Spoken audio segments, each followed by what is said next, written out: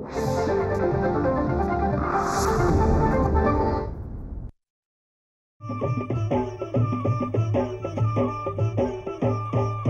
काळी आई धनधान्य देई, ही काळी आई धनधान्य देई, जोडते मनाची नाती आमची माती, आमची माणसं.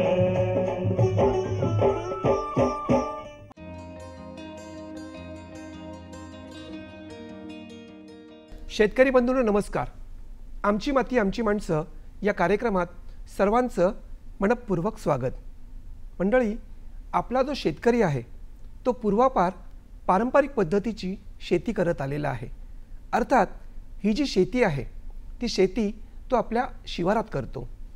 याच शिवारापासून काही अंतरावरती असलेल्या त्याच्या घराच्या परसबागेत हा शेतकरी चिंच, आवळा, पेरू यासारखी फळझाडं असतील किंवा लिंबू, मिरची, कोथिंबिरी यासारख्या भाज्या असतील किंवा अगदी अडुळसा, कोरफड, तुळस किंवा गवती चहा यासारख्या औषधी वनस्पती असतील, अशा औषधी आणि इतर वनस्पतींची तो आपल्या परसबागेत लागवड करतो.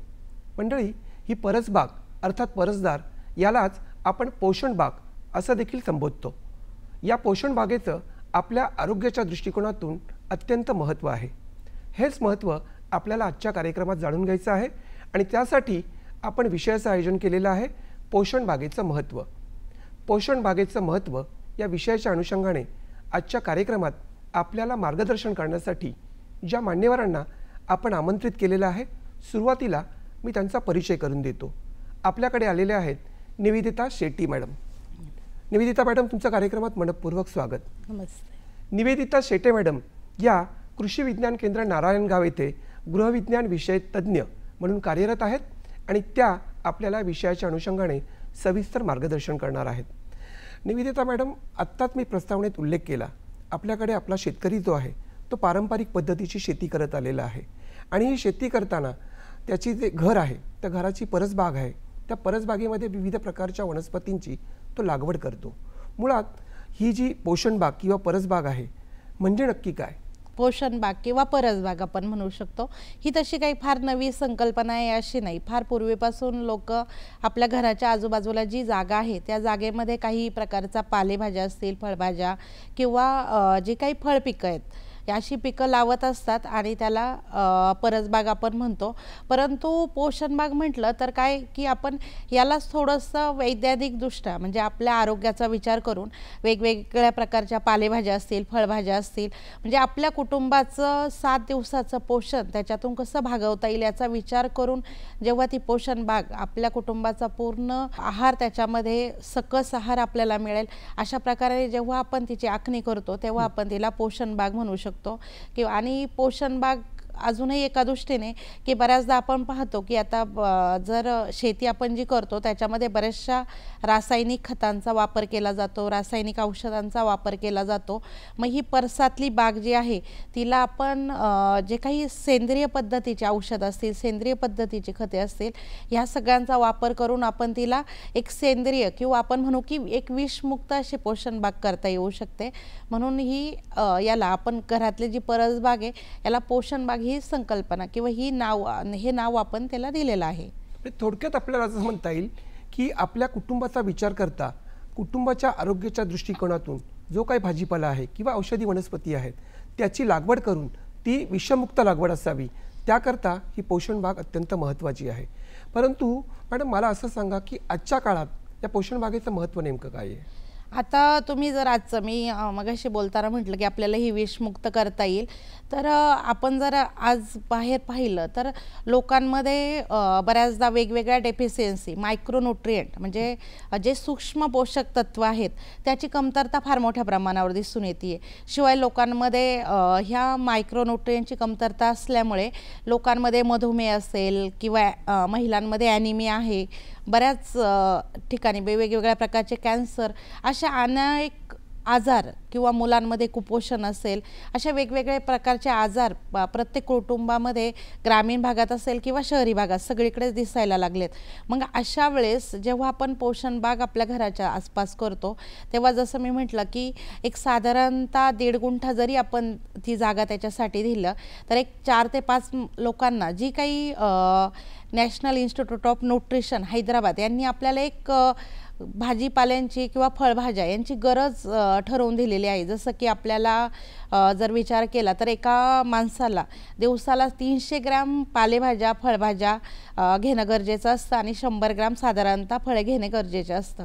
परंतु बऱ्याचदा काय होतं की ही गरज आपली जेव्हा आपण बाजारातून भाजीपाला आणतो त्यावेळेस ती भागत नाही.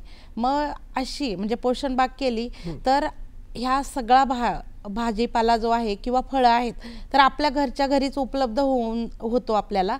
त्याच्यामुळे आपल्याला वर्षभर त्याच्यात सकस भाजीपाला आपल्याला तिथे मिळतो.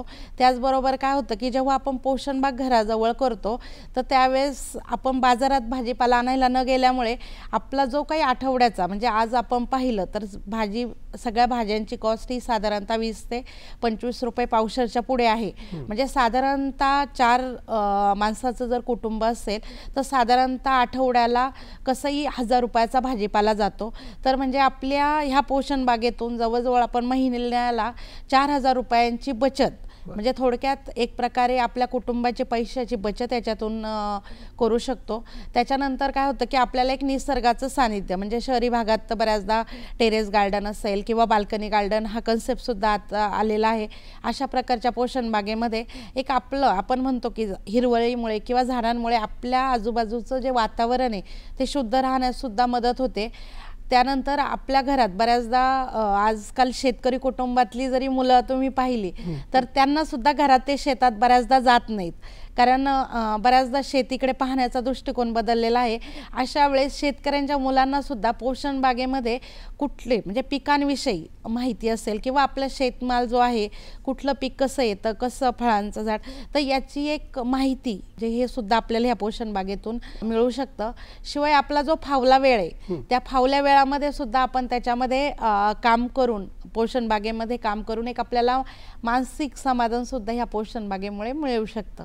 थोडक्यात आपल्याला असं म्हणता येईल की मधुमेह असेल, कर्करोग असेल किंवा ॲनिमिया असेल यासारख्या आजारापासून जर आपल्याला वाचायचं असेल, शिवाय शेती म्हणजे काय हे आपल्याला जाणून घ्यायचं असेल आणि पैशांची बचत करायची असेल तर पोषण बाग ही अतिशय महत्त्वाची आहे. परंतु मॅडम, आता हे आरोग्याच्या दृष्टिकोनातून जसं पोषण बागेचं महत्त्व आहे, आणखी काय महत्त्व सांगता येईल? जसं मी म्हटलं की आरोग्याच्या दृष्टीने तर महत्त्व आपण आता ही बऱ्यापैकी महत्त्व पाहिलेच.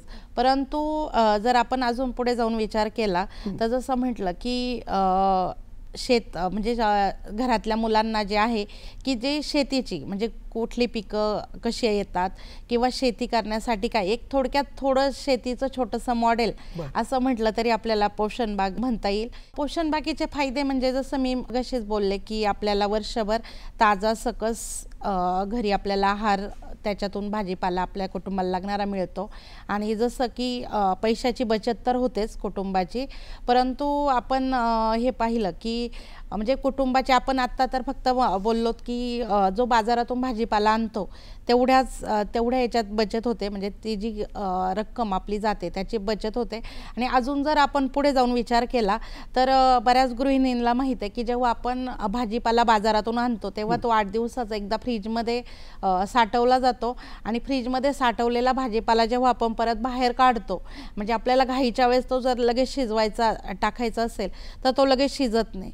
म्हणजे अशा वेळेस परत तो शिजवण्यासाठी गॅस जो जातो तर तो गॅससुद्धा म्हणजे ती सुद्धा सेविंग याच्यामध्ये. जेव्हा आपण डायरेक्ट बागेतून आपल्या पोषण बागेतून डायरेक्ट तोडलेला ताजा भाजी जेव्हा करतो तर त्याच्यासाठी जो कुकिंगसाठी म्हणजे शिजवण्यासाठी जो वेळ लागतो तो कमी लागतो. जसं की फ्रीजमधले ठेवलेल्या भाज्यांचा. म्हणजे असं आपण जर विचार केला तर सगळ्याच दृष्टीने, जसं मी म्हटलं की आपल्याला एकतर सेंद्रिय भाजीपाला तर मिळतोच आहे, पैसे वाचतात.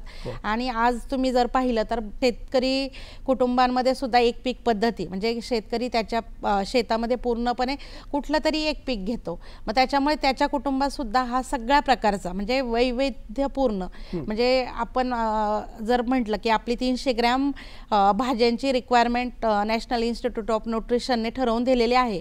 परंतु ती 300 ग्रॅममध्ये पण आपल्याला 100 ग्रॅम पालेभाज्या, त्याच्यानंतर 100 ग्रॅम साधारणतः फळभाज्या, वेलवर्गीय भाज्या आणि राहिलेले 100 ग्रॅम कंदवर्गीय अशा भाज्यांची गरज असते, जी की आपण बऱ्याचदा बाजारातून आणताना ही भागवली जात नाही. म्हणजे ह्या ज्या 300 ग्रॅमची प्रॉपर जी गरज आहे, म्हणजे व्यवस्थित भागवण्यासाठी पोषण बागेमध्ये आपण तिचा व्यवस्थित आराखडा तयार करून ह्या सगळ्या दररोजच्या दररोज आपल्या गरज सुद्धा त्याच्यातून भागवल्या जाऊ शकतात. आमची माती आमची माणसं. ज्या काही भाज्या आहेत किंवा फळभाज्या आहेत त्याच्यामध्ये विशिष्ट प्रकारची पोषक मूल्य असतात जी आपल्या शरीरासाठी आवश्यक आहेत. शहरी भागामध्ये ज्या भाज्या किंवा फळभाज्या आहेत त्याच्यामध्ये या मूल्यांचा अभाव असतो किंवा कमतरता जाणवते. त्याचे दुष्परिणाम देखील संभवतात. नेमके काय दुष्परिणाम होतात? हो, आता जसं मी म्हटलं की आता बऱ्यापैकी पालेभाज्या फळे असतील शहरी भागातच असं नाही की, पण बऱ्याचदा म्हणजे सगळ्यात महत्त्वाचं म्हणजे जेव्हा घराच्या जवळ आपण पोषण बाग करतो तेव्हा ती आपल्याला खायचं आहे म्हणून आपण नक्कीच ती सेंद्रिय पद्धतीनेच केली जाते.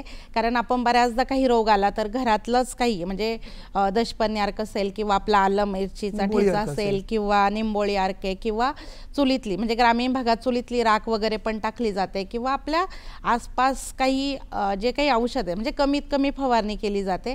तसं जेव्हा आपण मार्केटमध्ये नेण्यासाठी भाजीपाला हे करतो तेव्हा बऱ्याचदा असंही दिसून येतं की सकाळी फवारणी होते आणि तोच भाजीपाला संध्याकाळी लगेच मार्केटला जातो. म्हणजे बऱ्याचदा काय होतं की त्याच्यात जे अंश आहेत रासायनिक ते जास्त असतात आणि त्याच्यामुळे आपल्या शरीरावर त्याचे खूप सारे म्हणजे विपरीत परिणाम आपल्याला दिसतो. त्याच्यानंतर जर आपण असं बघितलं की समजा पालेभाज्यांची आपण विचार केला, जर आपल्या आहारात दररोज पालेभाज्या नसतील तर आपल्याला पालेभाज्यांमधून जे विटॅमिन ए असतील किंवा विटॅमिन बी असतील हे जे मायक्रोन्यूट्रिएंट म्हणतो आपण की जी सूक्ष्म पोषण तत्वे आहेत यांची कमतरता फार मोठ्या प्रमाणावर भासते. आणि ही जी सूक्ष्म पोषण तत्वे जी आहेत हे आपल्या शरीराचं रोगप्रतिकारक शक्ती वाढवण्याचं काम करतात. म्हणजे कुठलाही रोग आला म्हणजे तुम्हाला सर्दी होत असेल किंवा कुठल्याही रोगाशी प्रतिकार करायचा असेल तर आपल्या शरीरामध्ये ह्या ज्या मायक्रोन्यूट्रिएंट आहे यांचं प्रमाण योग्य असणं फार गरजेचं असतं. मग ते मायक्रोन्यूट्रिएंट आपल्याला ह्या पालेभाज्या फळभाज्या याच्यातून म्हणजे भाज्यांमधून विशेषतः खूप चांगल्या प्रमाणात भेटतात. जसं की आजकाल आपण बघा की न्यूट्रास्युटिकल म्हणतो किंवा डिटॉक्सिफिकेशन ही एक नवीन कन्सेप्ट फार लोक म्हणजे डिटॉक्स बॉडी केली पाहिजे किंवा लोक ऑलरेडी आरोग्याविषयी अवेअर झालेले आहेत. तर आपली ही जी पालेभाज्या फळं असतील यांचे ज्यूस असतील किंवा या पालेभाज्या फळं काय करतात की यांच्यामध्ये काही न्यूट्रास्युटिकल काही फिनॉल्स कंपाऊंड असतात की जे आपल्या शरीराला नॅचरली म्हणजे नैसर्गिक पद्धतीने डिटॉक्स करण्याचं काम करतात. म्हणजे थोडक्यात आपली शरीर शुद्धीचं कामसुद्धा हे करतात. म्हणजे जर हे काम झालं नाही तर नक्कीच आपल्याला वेगवेगळ्या आजारांना बळी पडावं लागतं किंवा आपण आजारा जसं की विटॅमिन एची कमी असेल तर आपल्याला डोळ्यांचे आजार होतात किंवा काही म्हणजे B1 हे जर असतील B1 विटॅमिन बीचे कमी असतील तर बेरी नावाचा रोग आहे किंवा विटॅमिन सी कमी असेल तर स्कर्वी किंवा आपले दात किडतात वगैरे. म्हणजे किंवा आपलं लोह जर आपल्या शरीरात कमी गेलं तर लोह झाल्यानंतर महिलांमध्ये अशक्तपणा, कॅल्शियम जर कमी असेल तर आपले हाडे ठिसूळ होतात किंवा वेगवेगळे हाडांशी रिलेटेड आजार आपल्यामध्ये उद्भवतात. म्हणजे थोडक्यात ह्या पालेभाज्या फळे जर आपण हे घेतलं व्यवस्थित जर दररोज आपल्या गरजेनुसार जर आपल्या आहारात आले तर ही सगळी गरज नैसर्गिकरित्या म्हणजे आज आपण बरेच जण सप्लिमेंट हा सुद्धा एक मार्ग उपलब्ध झालेला आहे. परंतु असं दिसून आलंय की बऱ्याच लोकांना हे जे आपण सप्लिमेंटच्या फॉर्ममध्ये घेतो न्यूट्रिशन हे बऱ्याच लोकांना सूट होत नाही किंवा त्याचं आपल्या शरीराला म्हणजे जरी आपण समजा आपली कॅल्शियमची गरज 600 मिलीग्रॅम पर डे आहे परंतु त्या 600 मिलीग्रॅम पैकी जरी आपण तेवढं खाल्लं असेल म्हणजे तर ते आपल्याला आपल्या शरीराला ॲक्च्युअल मिळण्याची ही म्हणजे लवकर चांगल्या पद्धतीने मिळू शकतं, परंतु तेच न्यूट्रिएंटून जरी आपण तेवढ्या मिलीग्रॅमची गोळी खाल्ली तर त्याच्यातून तेवढेच मिळतील याची शाश्वती नसते, कारण ते आपलं शरीर कशा रीतीने त्याला ॲक्सेप्ट करतं याच्यावर हे अवलंबून असतं. म्हणून मग बऱ्याचदा नैसर्गिक पद्धतीने जेवढे आपण मायक्रोन्यूट्रिएंट ह्या पालेभाज्यातून घेऊ तेवढं आपलं आरोग्य चांगलं राहण्यास म्हणजे आपल्या शरीरासाठी ज्या आवश्यक घटक असतात ते घटक विविध प्रकारच्या गोळ्या खाण्यापेक्षा प्रत्यक्ष अशा सकस पालेभाज्या खाल्ल्या त्यातून हे जे घटक आहेत किंवा जी पोषक मूल्य आहेत ते आपल्याला सहज मिळू शकतात. परंतु त्या दृष्टिकोनातून पोषण बागेचं महत्त्व खूप आहे. पोषण बाग जेव्हा आपण निर्माण करतो तेव्हा जागेची निवड ही अत्यंत महत्त्वाची आहे. काय सांगाल? तर आता कसं आहे की पोषण बाग करायची म्हटल्यावर जागेचं असं काही हे नाही, कारण बऱ्याचदा काय करावं लागतं की याला आपला म्हणजे घरानुसार किंवा आपल्याकडे उपलब्धता कशी आहे जागेची.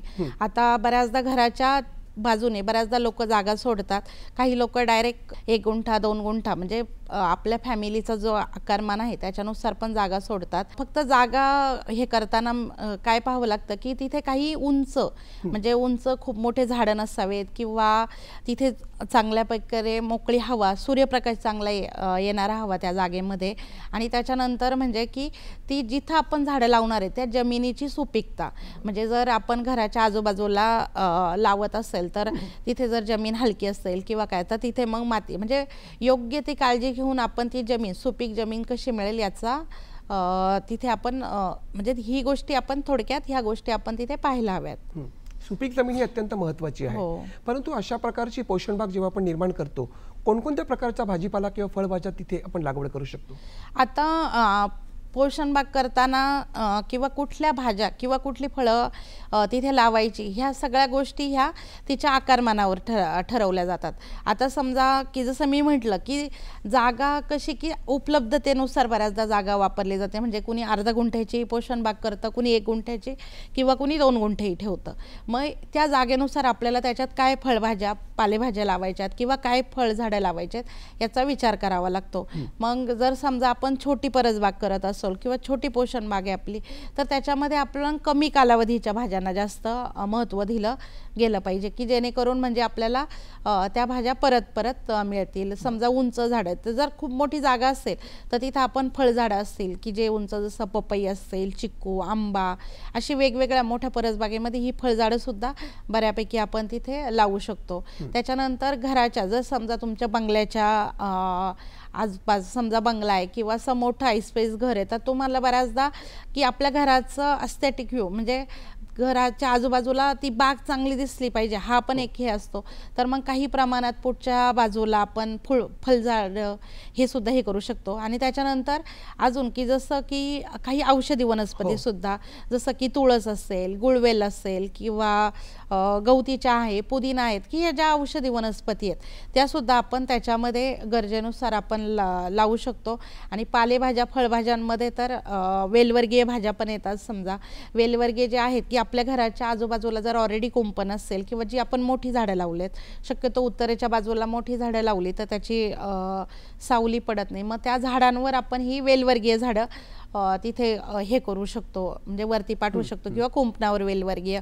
आणि बाकीच्या ठिकाणी वरंब्या म्हणजे साधारणतः पालेभाज्या म्हणजे मेथी असेल, कोथिंबीर असेल की वेगवेगळ्या चाकवत आहे, आंबट चुका आहेत, खूप साऱ्या एक साधारणतः 8 दिवसाच्या हिशोबाने 8 प्रकार जर आपण 7 दिवसाच्या हिशोबाने जर आपण तेवढे 7-8 प्रकार तिथे लावले आणि त्याचे जे वनभे आहेत त्याच्यामध्ये कंदवर्गीय म्हणजे जसं मुळा असेल, गाजर, बीट ह्या भाज्या तिथं आपण लावू शकतो. साधारणतः थोडक्यात फळभाज्या असतील, कंदमुळं असतील, पालेभाज्या किंवा औषधी वनस्पती सर्व प्रकारच्या भाज्यांची लागवड आपण पोषण बागेत करू शकतो. हो, नक्कीच. आता हा पोषण बागेचा आराखडा हा अत्यंत महत्त्वाचा आहे. हा आराखडा कसा असावा? जसं मी म्हटलं की आपण फळभाज्या म्हणजे आराखडा करताना सगळ्यात महत्त्वाचं म्हणजे तुमच्या बागेचं क्षेत्रफळ तुम्हाला विचारात घ्यावं लागतं. याच्यामध्ये पोषण बागेमध्ये वेगवेगळे प्रकार सुद्धा आहेत की म्हणजे उभी पोषण बाग किंवा गोलाकार पोषण बाग. तर आपण कुठल्या म्हणजे आपल्याकडे किती जागा आहे त्याच्यानुसार आपल्याला तिचा आराखडा करावा लागतो.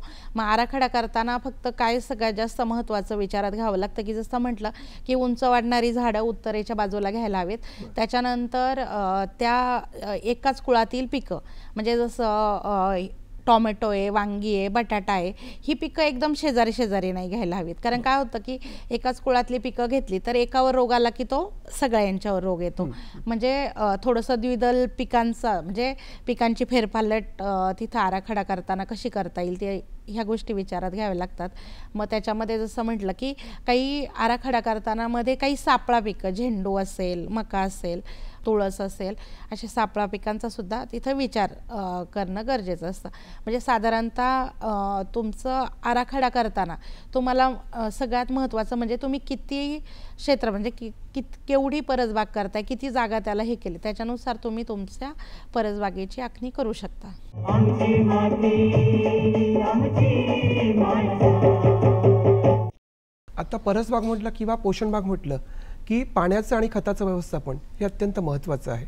हे व्यवस्थापन कशा पद्धतीने केलं पाहिजे? पाण्याचं व्यवस्थापन म्हटलं तर जसं म्हटलं की प्रत्येक वेळेस ही गोष्ट की आता समजा परसबागेमध्ये आपण तर आता शेतकऱ्यांच्या घराच्या आजूबाजूला किंवा डायरेक्ट जमिनीवरचीच परसबाग आपण विचार केली. परंतु जर परसबाग अजून एक की आता शहरी भागांमध्ये बाल्कनीमध्ये परसबाग करायला लागलेत किंवा टेरेसवर परसबाग होत आहेत, तर अशा वेळेस म्हणजे परसबाग कुठल्या स्वरूपात आहे, कुठे, त्याच्यानुसार पाण्याचं आपण व्यवस्थापन करू शकतो. जसं की छोटी आपली बाल्कनीतली परसबाग आहे तर आपण झारीने पाणी देऊ शकतो किंवा एखाद्या रबरी पाईपने पाणी देऊ शकतो. जर तुमची शेतामध्ये किंवा घराच्या आजूबाजूने पाण्याची मोठी व्यवस्था आहे तर एक पाटाच्या पाण्याने सुद्धा म्हणजे पाटाने पाणी सोडून सुद्धा आपण त्या परसबागेला पाणी देऊ शकतो. आणि आता ज्या नवीन म्हणजे की बऱ्याचदा शेतकरी सुद्धा अवलंबतात, तुषार सिंचन असेल किंवा ठिबक सिंचन, अशा पद्धतीने सुद्धा आपण आपल्या ज्या पोषण बागेला आहे तर ते पाण्याचं व्यवस्थापन आपण तिथे त्या पद्धतीने करू शकतो. आता या परसबागेमध्ये किंवा पोषण बागेमध्ये वेगवेगळ्या प्रकारची आपण पिकं घेतो, त्यावरती रोग आणि कीड पडतंच. तर रोग आणि किडीचं व्यवस्थापन कशा पद्धतीने, अगदी थोडक्यात काय सांगाल? जसं मी म्हटलं की शेतात घेतलेला जरी एखादं पीक असेल किंवा परसबागेत, त्याच्यामध्ये किडी आणि रोग हे येणारच. परंतु आपल्याला इथे काय की आपण जेव्हा पोषण बाग किंवा परसबाग म्हणतो तर त्यावेळेस आपल्याला कीड आणि रोग नियंत्रण करताना सर्वात महत्त्वाचं आहे की आपल्याला इथे कमीत कमी रासायनिक औषधांचा किंवा रासायनिक खतांचा वापर करायचा आहे. तर खत म्हटलं तर आपण बऱ्यापैकी जे काही सेंद्रिय खतं आहेत, मग गांडूळ खत असेल, शेणखत असेल किंवा आपल्याच आजूबाजूचा जो कचरा असेल किंवा घरातला जो कचरा असेल त्याचं एक कंपोस्ट खत करून ते खत आपण खत म्हणून तिथे वापरू शकतो. जैविक पद्धतीची जैविक म्हणजे थोडक्यात जैविक खत आपण तिथे तयार करून एक खत त्या परसबागेला देऊ शकतो. आणि किडीचं जर म्हणाल तर किडीसाठी सुद्धा आपल्याला घरी म्हणजे जसं दशपर्णी अर्क पूर्वी म्हणजे वेगवेगळ्या वनस्पतींचा अर्क 10 वनस्पतींचा अर्क त्याच्यामध्ये काढला जातो की बऱ्याचशा रोगांवर किडींवर तो म्हणजे एक प्रभावी आहे. तर मग असा जो दशपर्णी अर्क आता विकत पण भेटतोय तर 1 लिटरची बॉटल, तर ते आपण हे करू. ज्यांना शक्य नाही तर त्यांनी आता परसबागेमध्ये सुद्धा पोषण बागेमध्ये लावण्यासाठी आपल्याला वेगवेगळे ट्रॅप मिळतात, जसं पिवळा सापळा, निळा सापळा किंवा प्रकाश सापळे पण मिळतात. म्हणजे जेवढं आपल्याला नैसर्गिक पद्धतीने कीड हे करता येईल, जसं चुलीतली राख आहे ती राख आपण त्याच्यात टाकू शकतो. काही ट्रायकोडर्मा असेल की बुरशीनाशके किंवा मर रोगाचा प्रादुर्भाव झाला होत असेल तर त्याला हे करू शकतो. तर ही अशी आता बऱ्याचदा खास पोषण बागेसाठी म्हणून असे खतांचे सुद्धा छोटे छोटे पॅकेट करून सुद्धा आता बरेचसे व्यावसायिक हे उतरले आहेत की तुम्हाला ते छोटं म्हणजे पूर्वी गांडूळ खत घ्यायचं आहे तर डायरेक्ट आपल्याला 15-20 किलोची बॅग घ्यायला लागायची, तर आता ते 1 किलोमध्ये सुद्धा पॅकिंग थोडक्यात येत आहे. तर असे सुद्धा गोष्टी किंवा औषधं म्हणजे टायकोडर्मा सुद्धा तुम्हाला 1 लिटरमध्ये सुद्धा भेटतं किंवा छोटे छोटे पॅकिंग येतात. तर अशा गोष्टींचा वापर करून आपण आपल्या पोषण बागेतलं किडीचं संरक्षण करू शकतो. आणि याच्यात आपण अजून पुढे गेलो तर अजून एक सापळा पिके म्हणून सुद्धा म्हणजे जसं मी म्हटलं की पिकांची आपण आराखडा करतानाच असा करायला हवा की एकमेकांना ती पिकं पूरक. थोडक्यात की जसं म्हटलं की झेंडू आपल्याला एक घरापुढे देवाला फुलं लागतात प्रत्येकाच्या घरामध्ये देवाला सकाळी, तर ते झेंडूचे पण झेंडू किंवा मका असेल किंवा तुळस सुद्धा आपल्या आरोग्यात आपल्याला खूप महत्त्व आहे पुदिना. तर ही पिकं जेव्हा म्हणजे तुळस लावली तुम्ही, झेंडूमध्ये लावला, तर काय होतं की जी काही कीड रोग येणार असेल तर ते पहिली त्या पिकांवर येते आणि त्याच्यामुळे आपलं जे मुख्य, आपण लगेच त्याच्यावर उपचार केले तर आपलं मुख्य जे पीक आहे त्याचं संरक्षण त्या वेगवेगळ्या किडींपासून आपण तिथे करू शकतो. नक्कीच मॅडम, आरोग्याच्या दृष्टिकोनातून अत्यंत महत्त्वपूर्ण असलेली अशी ही पोषण बाग, या पोषण बागेसंदर्भात जनजागृती व्हावी याकरता आपल्या कृषी विज्ञान केंद्र नारायणगाव आहे, तिथे काय उपक्रम राबवले जातात? आपण आज जसं म्हटलं की पोषण बाग ही प्रत्येकाच्या म्हणजे कुटुंबातल्या प्रत्येकाच्या आरोग्याच्या दृष्टीने खूप महत्त्वाची आहे. तर ही पोषण बाग प्रत्येकाच्या घरोघरी व्हावी म्हणून कृषी विज्ञान केंद्राच्या माध्यमातून आम्ही वेगवेगळे प्रशिक्षण वर्ग तिथे राबवतो. आम्ही शेतकऱ्यांच्या शेतावर म्हणजे प्रत्येक गावामध्ये जाऊन त्यांच्या घराजवळ अशा पोषण बागा आखून देऊन म्हणजे त्यांना ती कशी करायची प्रशिक्षण आपण कृषी विज्ञान केंद्राच्या माध्यमातून देतो. बऱ्याचदा काय होतं की पोषण बाग करायची म्हटलं की बऱ्याचदा त्याच्यासाठी जे बियाणं लागतं तर ते बियाणं सुद्धा कृषी विज्ञान केंद्र बऱ्याचदा त्याचं एक किट तयार केलेलं आहे आम्ही वेगवेगळ्या पिकांचं, म्हणजे आरोग्यदृष्ट्या आपल्याला जे न्यूट्रिएंट लागतात पालेभाज्या फळभाज्या की जो आपला दररोजचा आहार आहे तो कसा समतोल करता येईल याच्यासाठी ज्या पालेभाज्यांचा जो रोल आहे तर त्याच्यात कुठल्या कुठल्या पालेभाज्या, तर आपण त्याचं एक किट तयार केलेलं आहे आणि ते किट आम्ही शेतकऱ्यांना काही म्हणजे ट्रायलच्या माध्यमातून त्यांना देतो किंवा ते विक्रीसाठी सुद्धा कृषी विज्ञान केंद्र इथे उपलब्ध असतं. तर कमीत कमी किमतीमध्ये सगळ्या भाज्या अशा एक साधारणतः 14 पिकांचं, त्याच्यानंतर 21 आणि 32 असे 3 प्रकारात आम्ही ते किट पण तयार केलेलं आहे आणि अशा किट लोकांना आम्ही तिथं उपलब्ध करून देतो.